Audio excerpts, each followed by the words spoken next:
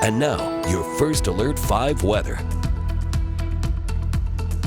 Well, when you see a cloud that looks like cauliflower, that's a good indicator that it's a thunderstorm. You can see the retreating storm in the distance from Bruce's house, and you can also see the wet pavement that the storm dropped as it moved through. Now we had a really nice day of free rain, but we also had ice falling from the sky. The poor flowers at Heather's house in Colorado Springs. This is Briargate and Union area, where it was mostly hail that fell instead of rain. Small pea-sized hail nonetheless.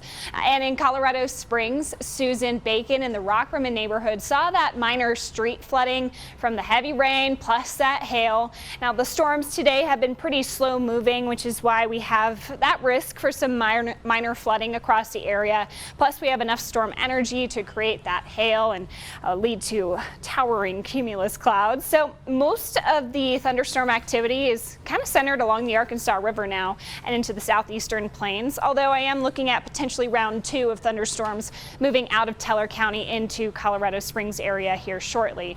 So we have mostly just rainfall right now between Woodland Park, Colorado Springs.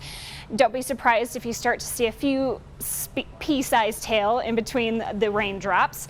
In Pueblo County, we have very scattered, unorganized thunderstorms. That's great because that means it's mostly rain, a little bit of small hail, but nothing organized enough to create a severe thunderstorm warning. The storms into Bent County right now are starting to break apart, not looking as organized anymore. Again, that's good news. It's just likely to be rain and small hail, and the only lone thunderstorm warning that we had is really starting to decrease in intensity, and we mostly just have rain, some small hail into Baca County. So taking a tour of radar, we have storms across the entire region. Now through the futurecast this evening, storms moving very slowly towards the east through the rest of the night. Round 2 starts to wrap up in El Paso County after about 10 o'clock, and we'll see things kind of die down in intensity overnight.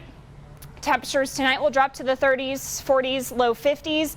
Pretty mild and pretty humid to start the day. If you want to go outside, do some yard work, plant some flowers, I would just be cautious in the morning. There's likely to be some light rain across the region, but we're going to clear out during the afternoon. It should be a pretty comfortable day. Temperatures tomorrow will be basically room temperature, 60s, 70s. So on the cooler side, a couple degrees below average. We'll have plenty of clouds and even some areas of light rain in the early morning hours on Thursday, but those shouldn't last very long. By late morning, early afternoon, most of that activity is going to wrap up, and we'll see sunshine for the later part of the day.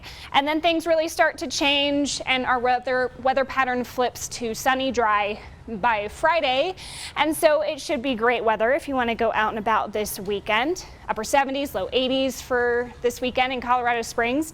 I'm watching for some rain potential Tuesday of next week, maybe Monday, but those chances look pretty low right now. For Pueblo, 70s, morning shower tomorrow, and then 80s take over the forecast Friday onward. For Canyon City, same goes for you. 70s tomorrow with some morning rain potential. 80s take over from Friday through the weekend. Again, watching for rain potential next Tuesday with a little bit of a cool down. And finally for Woodland Park, you could see a brief wintry mix tomorrow morning, but you're really starting to clear out that moisture by midday. And then we have 70s for the weekend.